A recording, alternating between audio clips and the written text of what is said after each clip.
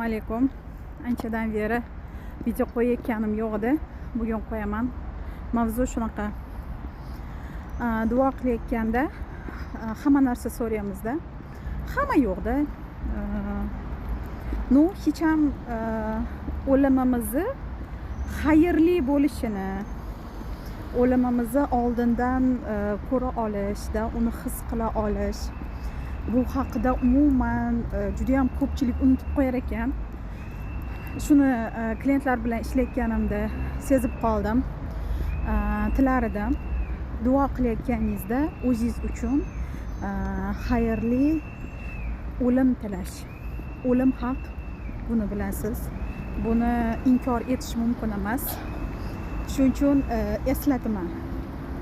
Prosta videoga eslatma deb qo'ysanglar xursand bo'lardim.